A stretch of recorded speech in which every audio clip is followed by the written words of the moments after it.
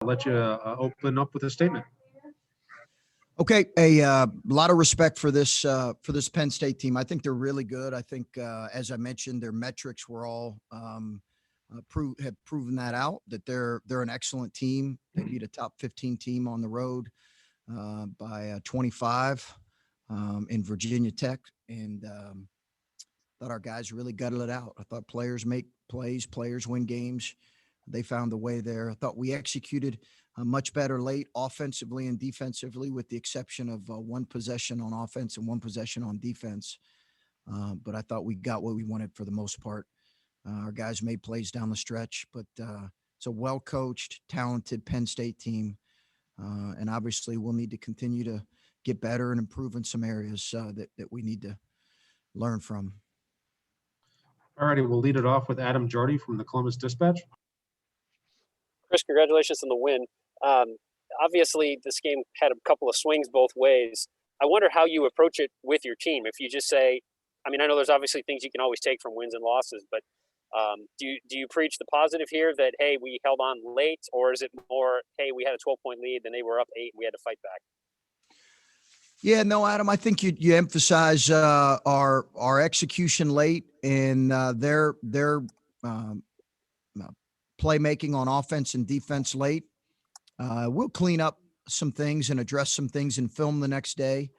But I think, listen, playing at home is hard, and it's hard in a lot of ways. But it's give Penn State credit. I thought they dictated things for a lot of the middle parts of the game. We didn't play smart enough defensively. That's my fault. That's the coach's fault. But it's hopefully something we can really learn from and be better. But no, it was a really upbeat locker room. We know we've got to do some things better. We've got to coach better and play better in some areas. But, man, our guys, again, I thought really finished the game in a really good way. You obviously had a number of challenges trying to figure out a lineup in the second half.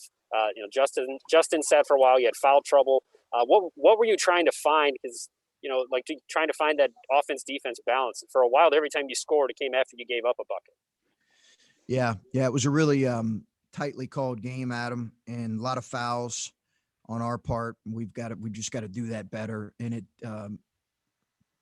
impacted what our rotation looked like. And we had some odd rotations out there. I think in general, we just weren't connected enough defensively tonight. And some of that had to do with the fact that, listen, we still have a lot of new guys that we're implementing into our rotation, and we have some errors defensively and offensively for that matter. We just do. So I think we're still working through some of that stuff. When we can have a consistent lineup of kind of older returning guys, at times we look a little smoother, but it was a little bit disjointed tonight with that. All righty, we'll go next to Patrick Murphy, 247. Patrick. Chris, you mentioned the better execution down the stretch. You guys obviously execute early, getting out to the 12-point lead, and you said Penn State did better in those middle areas. What was it that they were doing, or maybe what you guys weren't doing, that allowed them, especially the end of that first half, being the second half, to kind of get that lead and build on it? I thought the 2 turnovers before the half, that was my fault. We should have called a timeout. I put both those guys in a bad spot. Now one, we've got to have better awareness of 5. He's a tremendous weapon defensively, always has been. I got a lot of respect for Wheeler. He causes tremendous havoc, but that last turnover was on me, that last turnover of the half. I think bottom line is we fouled too much, and they made shots too. Listen, Lundy's a really good player. He's a hard matchup. He's a really hard matchup. So Jones is a tough matchup. So they made shots. Give them credit. Brockington's a really good player. They're offensively a challenge to guard, and we struggled guarding them tonight. And you've talked in the past about you want your guys to have fun with this year, given what's going on outside basketball. Both EJ and Justice said, winning is what matters. You're going to celebrate these wins. Do you feel like they really are celebrating every game and realizing how difficult, this is to win in the Big Ten? Yeah, it's a good question. I think it's a good question. And I think what I have to do and we have to do as a staff is help them understand this is the best league in the country. It's historically good. So there should never be a night where you don't celebrate finishing a game like we did and winning it against a quality opponent. Now, it's the coach's job to figure out how we got to do things better, and we'll do that, and we'll move forward. We'll have a great film session when we practice on Thursday. But bottom line, I want them to enjoy this. Absolutely. I want them to play with a smile on their face. They're doing something that's really unique. And to finish the game the way they did, I'm really proud of them. As coaches, we'll figure out ways where we've got to get better in areas. But absolutely, I think they understand how good this league is. And I do think they appreciate every win. Alrighty, we'll go next to Keaton Masano, the Lantern. Hey, Coach. A lot of the conversation early on in the year was about Justice Suing kind of progressing through the Big Ten slate and the physicality that he was going to face that he didn't get in the Pac-12. And tonight did a lot of the dirty work tonight, 2 blocks, 5 steals, 10 rebounds. Just kind of what did you see from him and maybe how he's progressed throughout the season? I'm just really proud of him. I'm just really proud of Justice, the way he's gotten better and improved and continuing to improve. And that doesn't happen if you're not committed to getting better and committed to working. Justice Suing's a tremendous person. He's a really good athlete. We knew his adjustment was going to be one that was going to take time. He's going to continue to go through ups and downs, getting used to the best league in the country. That's defensively by far the best league in the country. I'm really proud of him. I'm really proud of him. He made big plays tonight. As you mentioned, 4 steals in the first half. And his activity across the game was really important for us. And then down the stretch of the game, when you're in the huddle and the lead's starting to slip away and you guys start building a deficit, is the huddle more of a coach-led huddle? Are there players speaking up? Just kind of what kind of team do you have when adversity starts to strike? No, we had a lot of guys talking in the huddle. Yeah, we had our leaders talking in the huddle. It's listen, I told them, you get to late January, February, it's their team. It's their team, and it's their team every day in practice. And obviously we'll take we'll direct them in terms of how we want to compete every day in practice. But in those moments, you want to hear players' voices, and we heard them. All righty, we'll go next to Brendan Gulick, Buckeyes Now on SI. Coach, you told us, I believe it was yesterday, one of the things you've been really focused on is your transition defense.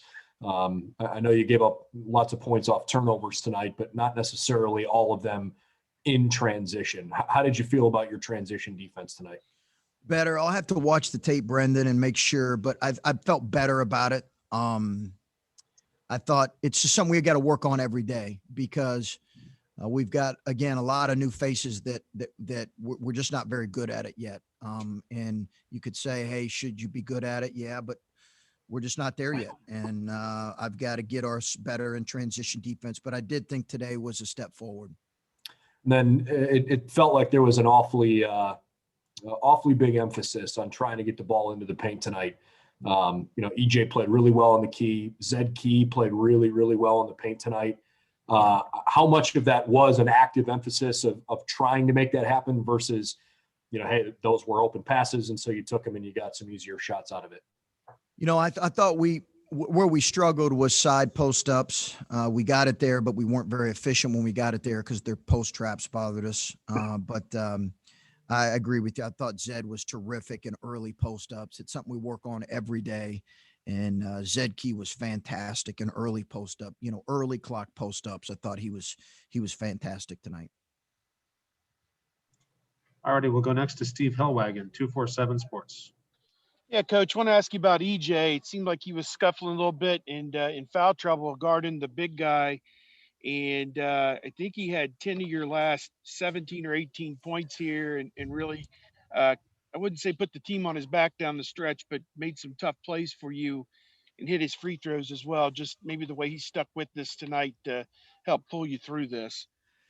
Yeah, no, Steve, I thought he was tremendous. I thought he was tremendous, particularly late, his free throws. But I thought some key plays were Dwayne coming to his left and getting an open 3 after Lundy had made a really tough 3.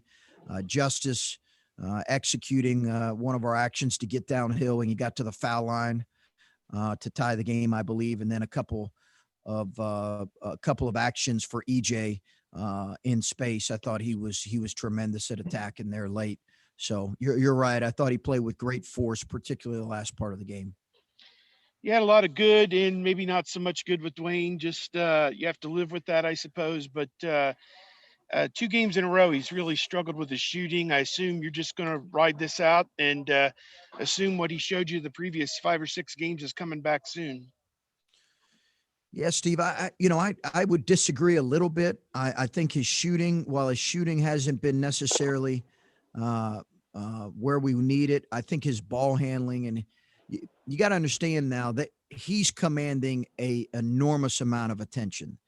And I know you do understand that. It's just he's got to read the game and make some decisions better, and he's made good decisions. He made some incredibly good decisions against Wisconsin.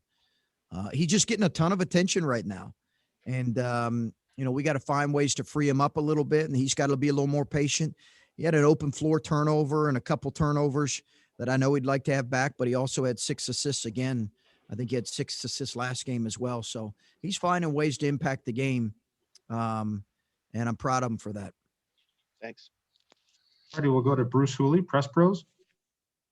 Chris, I'm curious of your mindset. Is there any vestige of a fan in it when you get to that last minute? And is there any vision of Tony Carr doing what he did, or the Purdue kid doing what he did a week ago?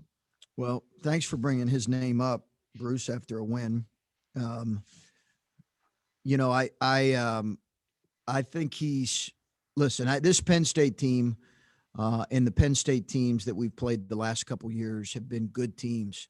Last year's team was a bona fide NCAA tournament team. I think they were a single seed probably going into the tournament. That team with Tony Carr, it obviously, I'll never forget it because it, not being able to beat them prevented us from winning the Big Ten that year. The league's much different. The league's much better now, 3 years later. But, I didn't reflect back to that moment. They have a lot of shot makers. So you're really dialed in on those shot makers. I didn't once think about the Tony Carr 3 that was hit here a few years ago. You obviously want to play Kyle and EJ together. We all get that. But it looked like Lundy is a difficult matchup given their other big, and Kyle has to guard a guy that maybe, and ideally you would not want Kyle to have to guard a guy like that. Yeah, he can guard him better, Bruce. I really believe that he can guard him better, and he did at times, but he had too many clean looks, and that wasn't just on Kyle. It was on a number of guys. We just didn't challenge his 3 well enough. But you're right; it's a tough matchup. They're good offensively. Their numbers are good offensively. They have a couple guys that are difficult matchups. We knew that going in. And he's at the top of the list. Already got time for a couple more. We'll go to Colin Hess Hill, 11 Warriors. Chris, when you are deciding whether or not to go with Kyle or EJ or CJ when they're in foul trouble, what was sort of the decision-making process in your mind? And maybe it felt like the game could slip away and you wanted to go with them. Why did you choose to keep them out there when you did tonight? It's my fault. I should have pulled them earlier. That was my fault. I should have pulled him earlier. Sometimes you go with your gut and leave guys in there in the guts of the game because I don't like risking putting them in too late, and the game could be out of hand. But that one was my fault. You didn't have them down the stretch, but you still obviously managed to pull that out. What does that say about the other guys when I know how much you talk about those two as leaders and important guys for you, especially in moments like that, but they weren't there on the court when you guys managed to secure it? Yeah, no, I think we've got multiple guys that can step up. Kyle was the one where I felt like I should have pulled him earlier. That's the one. I felt like I was fine with leaving CJ out there because I felt like we had more ball handling that we had a good replacement for him, but I think we needed Kyle's energy and defense. So that one again was my fault. I think again we've got some depth behind some guys. They've proven that, and it was good to see some guys finish. Again, I come back to Musa Jallo. I thought Musa was tremendous, short stint, but he was phenomenal. He just really made it difficult for Lundy late. All righty, we'll wrap it up with Adam Jardy, Columbus Dispatch. Chris, as you were going through the second half there and looking maybe for some offense in a few moments, Justin only had one shot in the second half. And I know he played the same amount first half, second half, but what was the challenge of maybe trying to get him open? I know teams are paying more attention to him, but did you see Penn State make some sort of defensive adjustment where they weren't letting him get open, or what did you see from Justin in the second half? Yeah, not really, Adam. I think we were just we were really focused on trying to attack the paint. So I'm not sure. I'd have to look at it.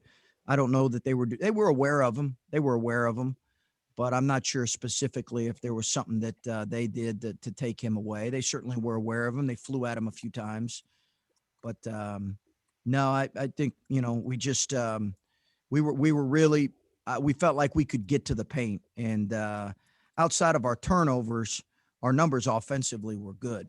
The turnovers skew it a little bit, but our numbers offensively are good. So I have no issue at all with our attack. I thought it was a really good attack with the exception of our turnovers. And with EJ, you talked about him a moment ago, but being able to lean on him down the stretch, I mean, that's something that I'm sure maybe you have some ideas on going into the season, but you don't know until the guy actually starts doing it in person. How much more confident are you in him and calling plays and things to get the ball in his hands in crucial situations than you were maybe even just a couple weeks ago? I think we've been confident really, Adam, since, really a week or two into the season. Yeah, obviously we did want to see him as he was growing his game as a sophomore. He's obviously made a tremendous jump, but we met this morning as an offensive staff and talked about some ways where if it got tight late, we could utilize him. And, he really answered the bell with some of those areas. And it was good to see. I was really, really proud of him. And obviously our team needed it and made some critical free throws too. Thank you. All righty, Coach. Thank you very much for your time, and we'll talk to you soon. Okay. Thanks, guys. Thanks all. Have a good